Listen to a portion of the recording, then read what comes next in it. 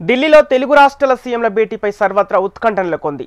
కాసేపట్లో జలశక్తి శాఖ ఆధ్వర్యంలో సీఎంలు చంద్రబాబు, రేవంత్ సమావేశం కానున్నారు. తెలుగు రాష్ట్రాల నీటి వ్యవహారంపై ప్రధానంగా చర్చించనున్నారు.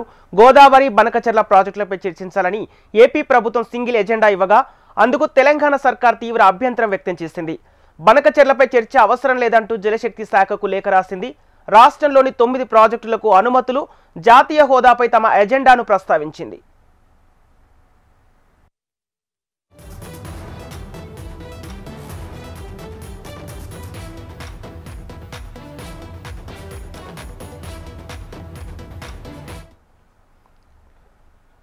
ఢిల్లీలో తెలుగు రాష్ట్రాల సీఎంల భేటీపై సర్వత్రా ఉత్కంఠ నెలకొంది. కాసేపట్లో జలశక్తి శాఖ ఆధ్వర్యంలో సీఎంలు చంద్రబాబు, రేవంత్ సమావేశం కానున్నారు.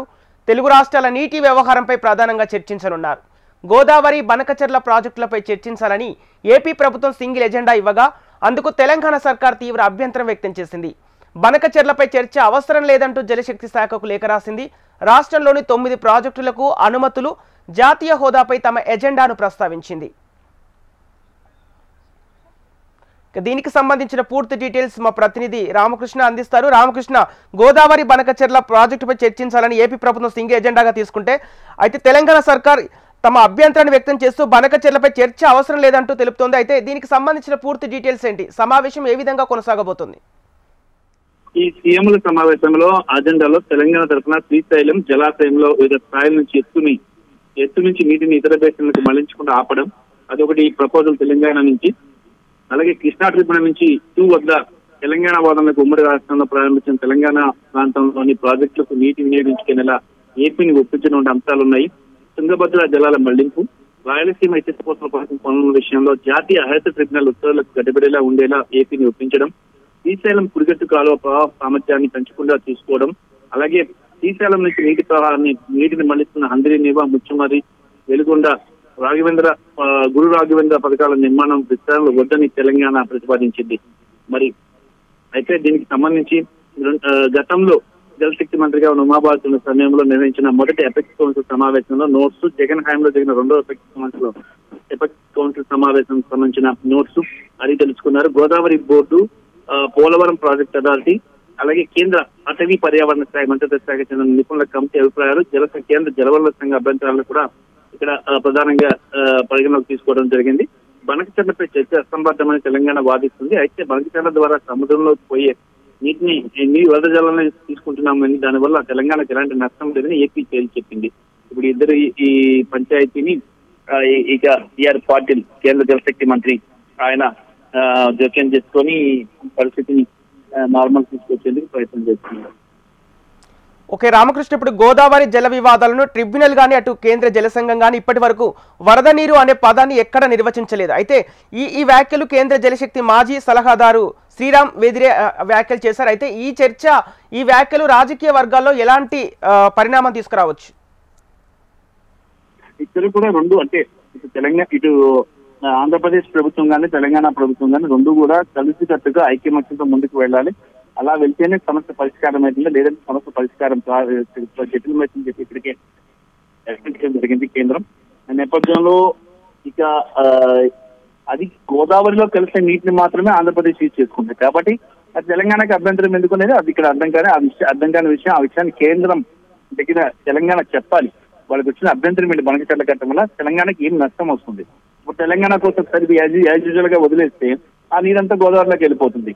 సముద్రంలోకి గోదావరి నీరంతా సముద్రంలోకి వెళ్ళిపోతుంది. సముద్రంలోకి వెళ్తే ఎవరికి ఉపయోగం లేదు. కాబట్టి కేవలం సముద్రంలోకి వెళ్లి నీటిని మళ్లించుకుని వాడుతున్నామని చెప్పి ఆంధ్రప్రదేశ్ ప్రభుత్వం చెప్తుంది. ఆంధ్రప్రదేశ్ ప్రభుత్వం వాదనలపై ఎలా వ్యవహరిస్తుంది కేంద్రం అని వేచి చూడండి. ఓకే రామకృష్ణ, ఇప్పుడు రాష్ట్రంలో 9 ప్రాజెక్టులకు అనుమతులు, జాతీయ హోదాపై ఆ హామీలు అమలు చేయాలని తెలంగాణ సర్కార్ పట్టుబడుతుంది. అయితే ఈ ప్రతిపాదనలపై కేంద్రం ఏ దిశగా అడుగులు వేసే అవకాశాలున్నాయి? అంటే మీటింగ్ ఇప్పుడే స్టార్ట్ అయింది. సో ఇక మీటింగ్ అవడానికి 2 hours టైం పడుతుంది. ఆ తర్వాతే మనం కేంద్రం ఎలాంటి నిర్ణయం తీసుకుందో మనకు తెలుస్తూ ఉంటుంది. ఎందుకంటే లోపల మీటింగ్ జరుగుతుంది ఇదే అంశాల మీద. 9 ప్రతిపాదిత అంశాలపై ఏదైతే తెలంగాణ పెట్టిందో వాటి మీద కూడా చర్చ జరుగుతుంది. ఆంధ్రప్రదేశ్ నుంచి పెట్టింది ఒకే ఒక ప్రతిపాదన, బనకచెర్ల, పోలవరం. మరి ఈ 9 ప్రతిపాదనల మీద కేంద్రం ఎంతవరకు పాజిటివ్ గా ఉంటుంది, అంటే 2 రాష్ట్రాలకి న్యాయం చేయగలుగుతుందో చూడాలి. వేచి చూడాలి. ఓకే రామకృష్ణ, ఇప్పుడు గోదావరి కావేరి అనుసంధానాన్ని తెలంగాణలో ఇచ్చెంపల్లి నుంచి కాకుండా ఏపీలోని పోలవరం నుండే చేపట్టాలని ఏపీ జలవనరుల శాఖ కోరుతుంది. దీనిపై కేంద్రం ఏ దిశగా అడుగులు వేసే అవకాశాలు ఉన్నాయి? ఆంధ్రప్రదేశ్ ప్రభుత్వం తన ప్రతిపాదనలు అన్నింటినీ కూడా కేంద్రం ముందు పెట్టింది. తెలంగాణ ప్రభుత్వం కూడా ప్రతిపాదన కేంద్రం ముందు. మరి ఈ రెండు ప్రతిపాదనలు కేంద్రం ముందున్నాయి కాబట్టి ఇప్పుడు జలవనరుల శాఖ మంత్రి టీఆర్ పార్టీల నేతృత్వంలో సమావేశం జరుగుతుంది కాబట్టి ఇప్పుడు దీని మీద టీఆర్ పార్టీలు ఎలాంటి డెసిషన్ తీసుకుంటారు, మరి ఈ అది రెండు రాష్ట్రాల ముఖ్యమంత్రులు, రెండు రాష్ట్రాలకు సంబంధించిన నీటిపారుదల శాఖ మంత్రులు, అధికారులు అందరూ కూడా సమావేశానికి హాజరయ్యారు. సమావేశం ప్రస్తుతానికి నడుస్తుంది. సమావేశం తర్వాత ఎలాంటి డెసిషన్ తీసుకుంటారు, ఏ రకంగా కేంద్రం వ్యవస్థ తెలిసే అవకాశం. ఓకే రామకృష్ణ, ఇప్పుడు తెలంగాణ ప్రభుత్వం కేంద్రానికి రాసిన లేఖలో ప్రధానంగా ఏ అంశాలు ఉన్నాయి? తెలంగాణ ప్రభుత్వం 9 అంశాన్ని ఇక్కడ ప్రధానంగా చేర్చింది. వాటిలో మొదటిది శ్రీశైలం జలాశయంలో వివిధ స్థాయిల నుంచి నీటిని ఇతర దేశాలకు మళ్లించకుండా ఆపాలి, ఫస్ట్ వన్.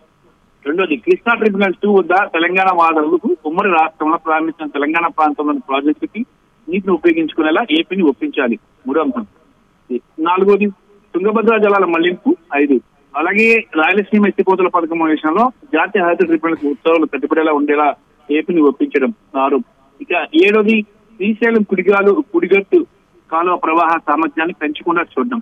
8వది శ్రీశైలం నుంచి నీటిని మళ్లిస్తున్న హంద్రీనీవా, ముచ్చుమర్రి, వెలిగొండ, గురురాఘవేంద్ర పథకాల నిర్మాణం విస్తరణ వద్దని తెలంగాణ ప్రభుత్వాన్ని ఇప్పటికే ప్రతిపాదించింది. ఈ ప్రతిపాదన మీద కేంద్రం ఇంకా ఎలాంటి స్పందించలేదు. మీటింగ్ లో ఈ ప్రతిపాదన మీద డిస్కషన్ జరుగుతుంది. ఆ తర్వాత ఎలాంటి డెసిషన్ ఉంటుందనేది తెలుస్తారు. Okay right, thank you Ramakrishna.